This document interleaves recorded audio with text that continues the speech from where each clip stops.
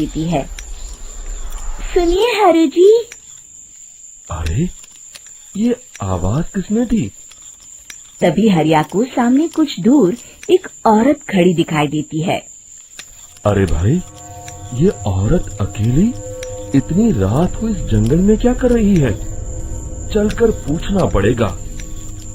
फिर हरिया अपनी बैलगाड़ी उस औरत के सामने लाकर रोक देता है और उससे पूछता है, अरे सुनिए, आप इतनी रात को इस खतरनाक जंगल में अकेली क्या कर रही हैं? तभी वो औरत मीठी आवाज में कहती है, अरे हरु जी, आप आ गए। मैं कब से आपका इंतजार कर रही थी। वैसे तो यहाँ से काफी लोग गुजर चुके हैं, लेकिन मैं खास आपका इंतजार कर रही थी। अच्छा, तुम सच कह रही हो? मुझे तो यकीन नहीं हो रहा है। वो क्या है ना, आज तक किसी ने मुझसे इतने प्यार से बात नहीं की। हाँ हाँ हरु जी, मैं सच कह रही हूँ। अब देर मत करिए और जल्दी से मुझे मेरे घर तक छोड़ दीजिए।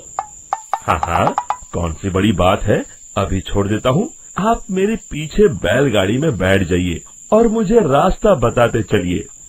फिर वो औरत हरिया की बैलगाड़ी में बैठ जाती है और हरिया बैलगाड़ी हाँकता हुआ आगे चल पड़ता है। फिर उस औरत के बताए हुए रास्ते पर चलते चलते हरिया बैलगाड़ी लेकर एक काली गुफा के आगे आकर रुक जाता है। हरिया उस औरत से पूछता है, हाँ देवी जी, आपका घर कहाँ है? यहाँ तो एक गुफा के अलावा और कुछ नहीं है। तभी अचानक वो औरत हवा में उड़ने लगती है। देखते ही देखते उसका सुंदर रूप एक डरावनी चुड़ैल में बदल जाता है और वो जोर जोर से हंसती है। अरे तू तो एक नंबर का बेवकूफ निकला। तू तो बड़ी आसानी से मेरी बातों में आ गया। अरे मर गया रे, ये तो एक चुड़ैल है। हे भगवान बचा ले, ये तो बड़ी डरावनी दिखाई दे रही है।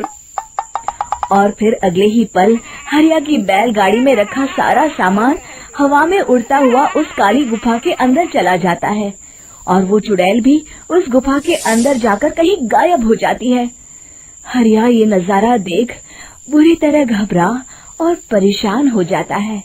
अरे ये चुड़ैल तो मेरा सारा सामान लेकर गुफा में गायब हो गई। अब क्या होगा? अगर मैं गांव खाली हाथ गया तो मालिक मेरी अच्छी खबर लेंगे। मेरी इस बात का कोई यकीन भी नहीं करेगा। फिर आखिर वही हुआ। हरिया के मालिक चंपक सेठ को हरिया की किसी भी बात पर रत्ती भर भी यकीन नहीं हुआ। चंपक सेठ को लगा हरिया झूठ बोल रहा है और उसने ही लालच में आकर सारा सामान हड़प कर लिया है। फिर हरिया को बेईमान समझकर चंपक सेठ उसे काम से निकाल देता है। अगले दिन अपनी दुकान में परेशान बैठा चंपक सेठ गुस्से में बड़बड़ाता है, अरे दुकान में तो सामान बिल्कुल भी नहीं है। अब मुझे ही शहर जाकर सामान लाना होगा। फिर वो अपनी बैलगाड़ी लेकर शहर चला जाता है।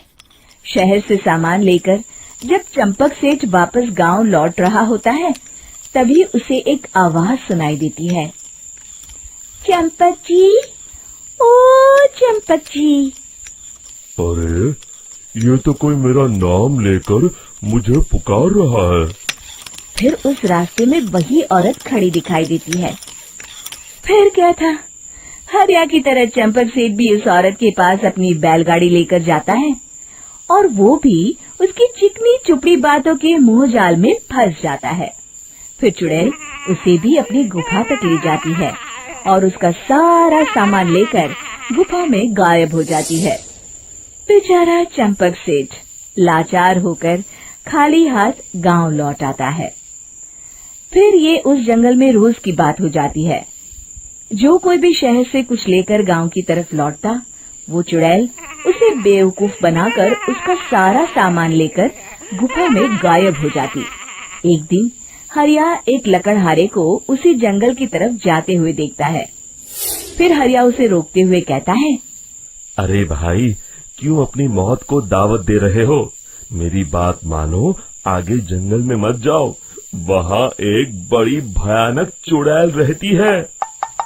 लकड़हारा हरिया की बातों को नजरअंदाज करते हुए कहता है, अरे भाई, मुझे पहले ही बहुत देर हो चुकी है, मुझे जाने दो भाई। शाम तक लकड़ियाँ काट कर शहर के बाजार में बेचना है। तुम अपनी ये कहानी किसी फुर्सत में बैठे इंसान को सुनाओ, मैं तो चला। इतना कहकर लकड़हारा वहाँ से आगे जंगल की तरफ चला जाता है। फिर अगले दिन गांव के मुखिया के घर के बाहर बहुत सारे लोग जमा हो जाते हैं।